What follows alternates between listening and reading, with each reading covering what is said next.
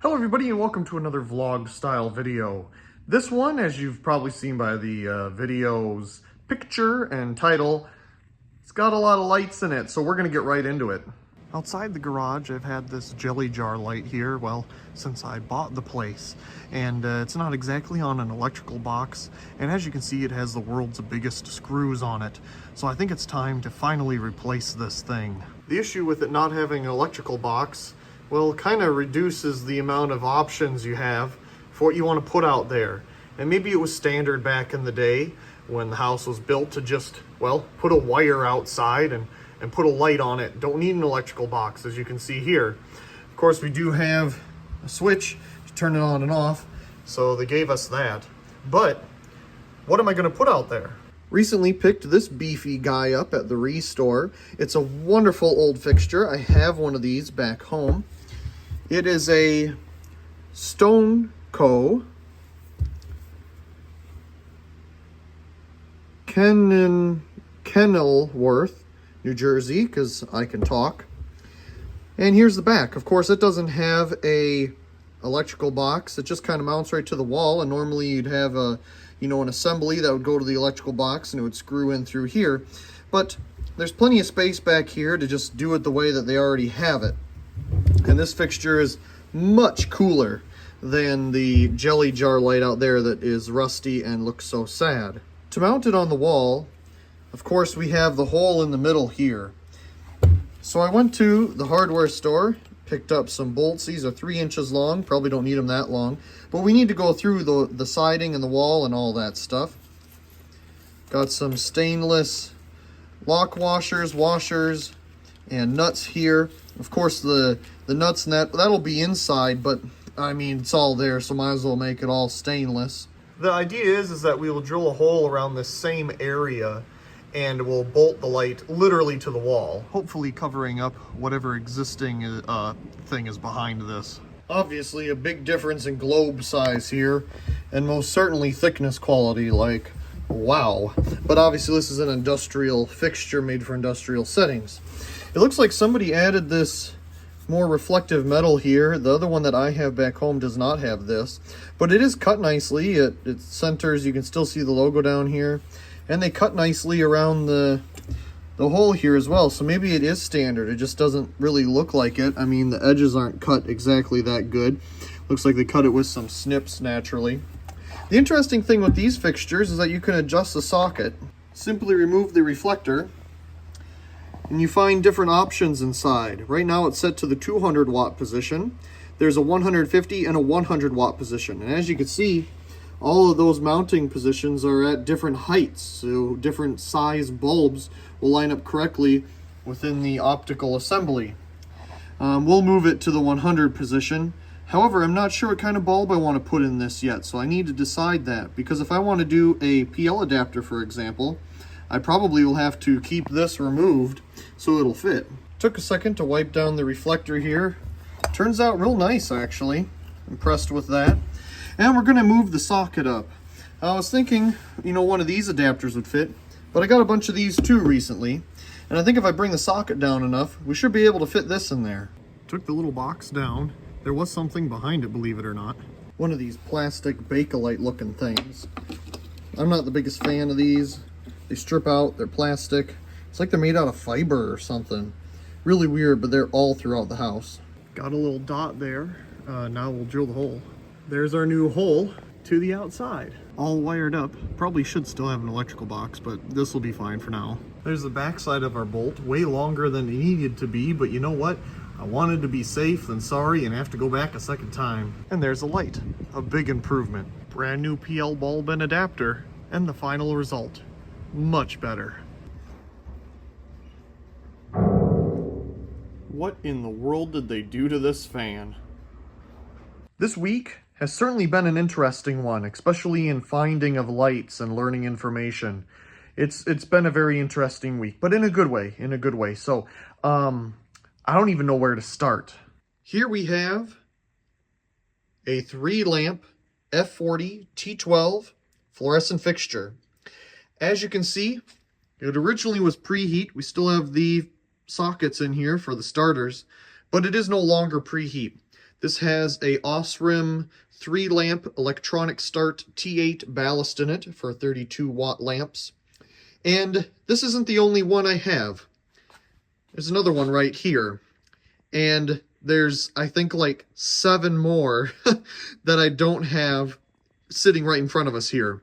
This is 2 examples of the 3 different styles that I have obtained. These fixtures actually were used at work at our other location, and it was used in the area just where we'd store machines and the guys would refurbish machines and things like that. This lit up the work area. And I remember when I went over there to visit, they had these up and working, and I expressed, as they already kind of knew, interest in these fixtures and lighting in general, really. And well, here they are. They have upgraded the lights in their work area to some LED high bays, which I'm sure are much brighter than these. But thank you to the guys there. They were very kind to save these for me and bring some of them over from our other location to here. So I have 4 of them currently in my possession over here. Here's 2 versions. There's 2 more of them at work currently. This one right here, as you can see, is a little taller than that one. And it is a Miller continuous wireway lighting system. I'm sure more information was here on the sticker at one point in time. But a Miller fluorescent light. Very cool. I wonder what this dates to. They did not include any of the bulbs. They said they didn't want to give them to me because they were all just different colors and stuff, which is fine. It's okay. I didn't really want T8 bulbs in these fixtures anyway. It just would look wrong. But I came up with a different idea. When I got these earlier in the week, I really wanted to see, as I have seen, T12 LED replacement tubes. I know, LED. Oh my gosh, you know, these should totally be back to preheat. Well, it's getting hard to find the correct equipment to use in these fixtures. I could probably convert at least 2 of these back to preheat based on single lamp ballasts that I do have. But I'm going to put these to use here in the garage and some of them at work. And I really want them to have T12 bulbs. Well, if you've already seen a little hint of this fixture here that's facing the other direction, they do make T12 LED replacement tubes. Doesn't that look so much better than T8? I think so. And here they are. Stopped by Home Depot last night on my way home from work and picked these up. They have 4 different color temperatures. This is 3000K. And then there's 4100. And there's 5000 and 6500. So 2 styles of daylight. I'm not a big fan of daylight. It's very blue. These turned out, the reason I got a 2-pack of that, and then, as you can see, a 2-pack of the cool white, is I'm a big cool white fan. I really like cool white light. It's kind of blue, but it's white. You know, here we have some cool white Supremes used over the workbench. Yes, there's some more goodies. It's a wonderful color temperature. Cool white. So I picked up 2 different ones here. I'm not a big fan of the super daylight, so I decided let's get some of these white. They call it bright white. It's more like a warm white when it's on, and a cool white, which is like a cool white. Now, there's 2 different kinds of these, too. They make 2 times the brightness versions of these, which are 40-watt equivalent. Actually, it takes 40 watts. Very interesting. I don't know why it took so long for me to find that out on the packaging. Probably because these basic ones tell you right below it, it uses 20 watts. But on the 2 times brightness, which I want to get 1 pack of just to try, it just says 40 watt. It doesn't say, like, okay, sure, it replaces a F40 T12. Those are 40 watt. Are you replacing it and it's a 40 watt replacement, or it actually takes 40 watts? Well, those 2 times the brightness ones are 40 watt. I'm not sure how well they would work on these ballasts that are made for 32 watt lamps. I feel like that would be a little bit too much for them. These being, let's see, where does it say here? They're 1800 lumen.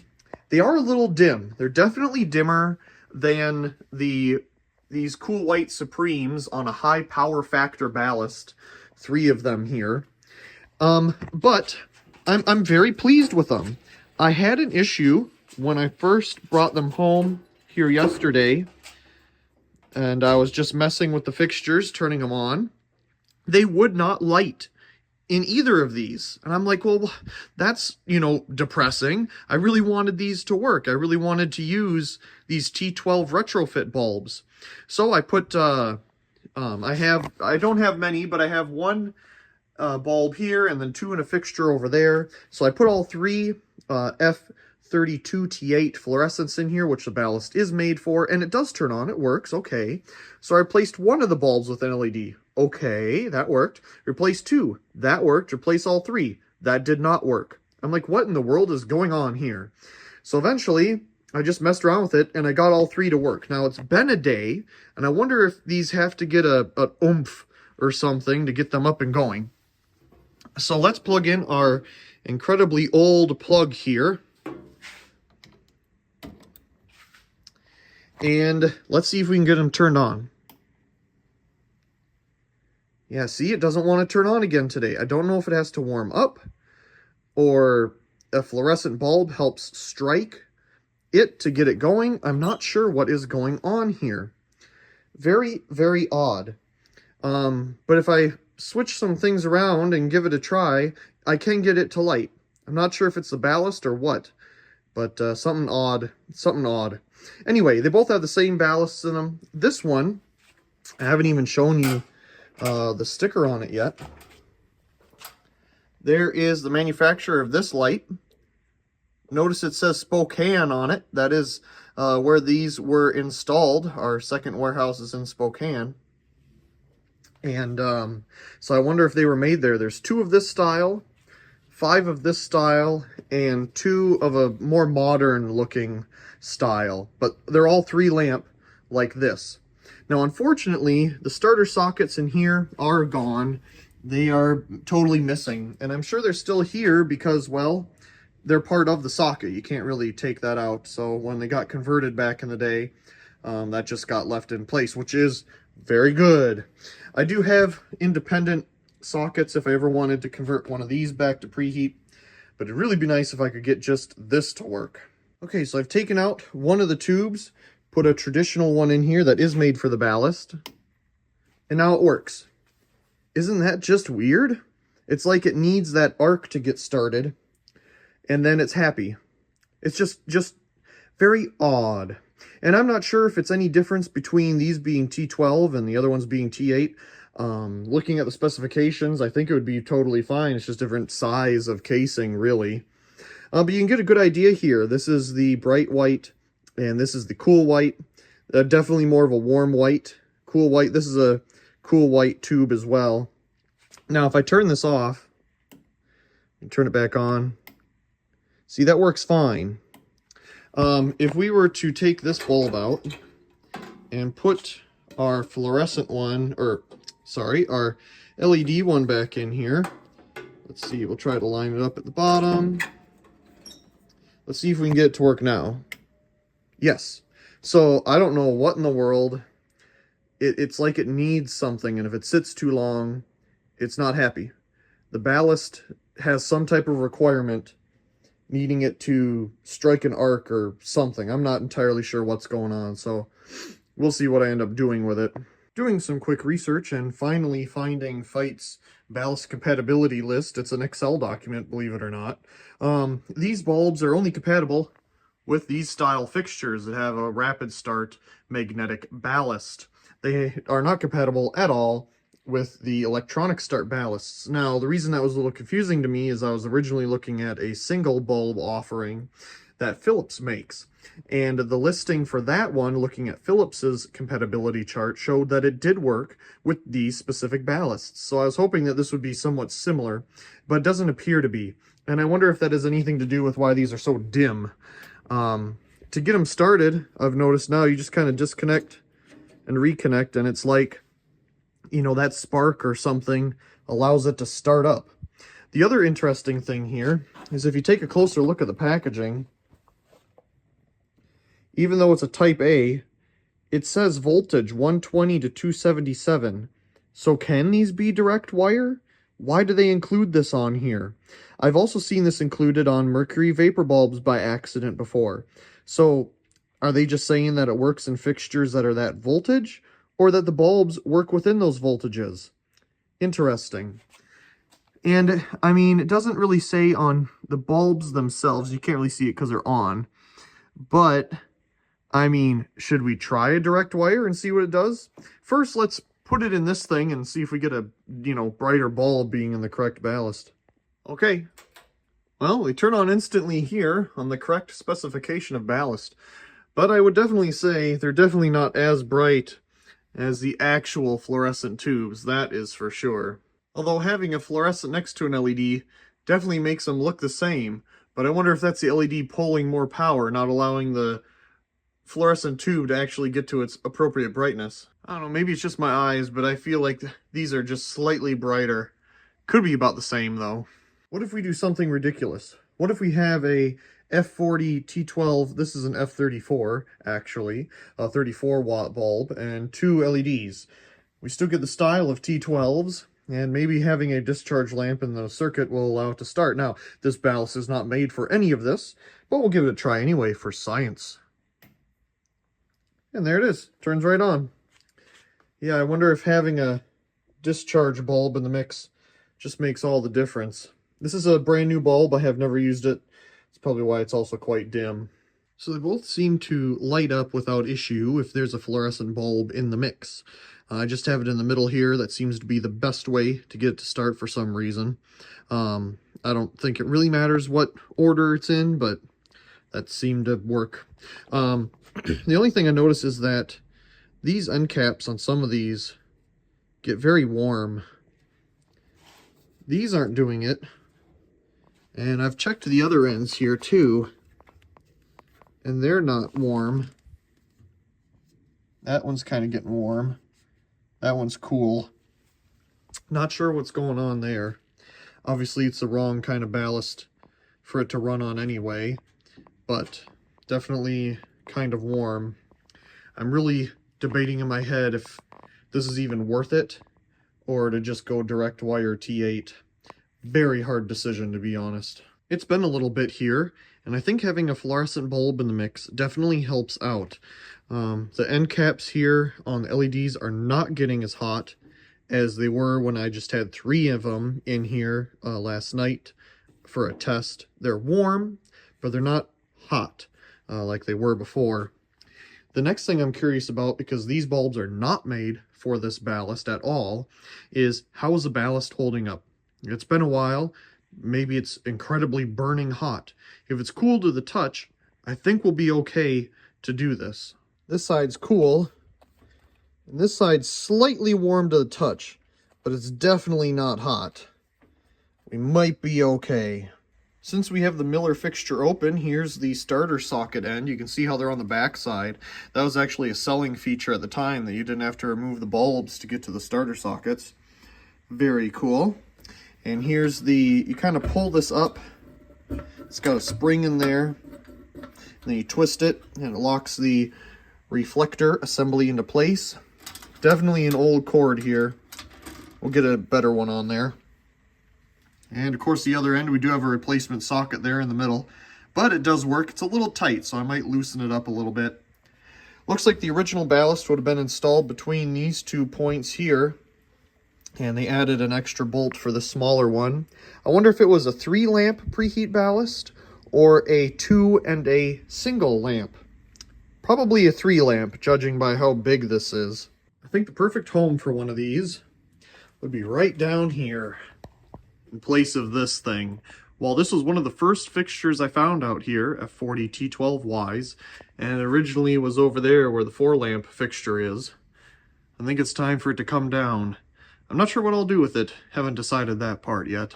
It's another day, and I'm taking a moment to replace this older cord on here. It's incredible how thick of a wire they used for this type of cord back in the day for a 14 gauge 3-wire. Now it would be much thinner than this. But I'm just sitting here admiring these old sockets. Putting some starters in here just to see what it used to look like. And I'm just sitting here looking at this. And I'm like, well, this wire here, this red wire, definitely wouldn't have been from a preheat ballast of this age. I'm sure it would have been cloth or something. So it must have been rapid start at some point in its history, or at least a replacement preheat ballast. But then I'm also looking at it and I'm like, what's going on here? And why is it jumped like this? What was the idea there? I don't understand any of that. Because for this lamp to work, it has to go through this lamp to even get power over to here. I don't believe these are jumped underneath. This is wired wrong. That's probably why I can't get those tubes to start. And you look at the diagram here, and sure, you need that red wire to go to each side of those lamp holders, not just one. So whoever did this, they made it go to each side, and they did it in like a really odd fashion, because this middle one, it has to go through these other ones to get to it. That might be our problem as to why we can't get those T12 tubes to start. I bet you the other one is done in a similar way. Here's the inside of the other fixture. As you can see, the starter sockets used to be right here. Unfortunately, they're long gone. And the ballast, of course, was in the middle. Same ballast as we have in this one, but a much smaller channel. And wouldn't you know it, yep, it's the same deal. It's looped like this. Ooh, I don't know why that felt like a shock for some reason. It's not even plugged in. I don't know why that wire goes around that like that, but yeah, I think this doesn't, like, because I'm pretty sure these are not connected. So if I put a meter from here to here, we shouldn't get any current. Yeah, it's most certainly not connected together. So it has to pass through one lamp to get to this middle lamp. So that's probably our problem. Let's fix that, get some newer cords on here, and try it again with all 3 LED tubes. While I have the sockets off, I thought, hey, you know, I have a bag of these starter sockets, and sure enough, the holes still line up. Just have to get this bracket off the bottom. Unfortunately, I don't have any screws that are that small, so I'm going to have to find some like that. So we might not get some starter sockets in here today. But you know what? If we do, at least we can have some starters on there, and that'll look pretty cool. Got a new cord installed, and each socket has its own feed from the red wire now, instead of looping between all of them. As you can see, I also installed a pull chain here, right where the starter socket would be. So if I ever want to get rid of that and put a starter socket there, you wouldn't even know that there's a hole underneath it. And it doesn't need a hole in the reflector, obviously, because, well, there is already one. So we're good there too. Now, we just need to put the bulbs in it, and hopefully this will resolve our problem. Okay, I don't know what the pull chain is on, so let's turn the power strip on. Here we go. Okay, nothing. And we do have our switch here, so this could be off. Here we go. Still nothing. Okay. Well, hey, it was worth a try. Okay, let's try it with our fluorescent friend again. Interesting. Wonder why this one doesn't light. It's almost like we made it worse on ourselves. I think wiring it properly actually made it worse. I just can't get the second LED tube to light up, no matter what combination I put it in. Now I can't even get the 2 LED tubes to turn on. Each time you turn it on, you get a different combination of stuff. Now we got all of them. Now we just get one. It's like a guessing game. See? Now we're down to none again. Let's see if we can get all 3. Nope. How annoying. Converting the second Miller fixture here over. Just wanted to show the starter sockets here. These, it looks like they kept mostly as a spacer. I wonder if they were molded into one piece, because it looks like they're all broken right here. Like it was all a different socket at one point. And then they put these on it, because obviously a screw would go all the way through here, and probably on this side too, to connect up into it. But these have the smaller screws, so I wonder if they broke off the old one to bypass this. And, you know, just put these newer ones on it. But it's not necessarily newer. They're all the same age of socket, except for that middle one there. But yeah, it looks like they broke this off of the old one and used it as a spacer. Now doesn't that look nice? Okay, I gave up. Here's direct wire T8s. I know, it's not as fun as preheat, but hey, you still get to look at the starters. And it's a world of brightness difference compared to the ones that were the same lumen output.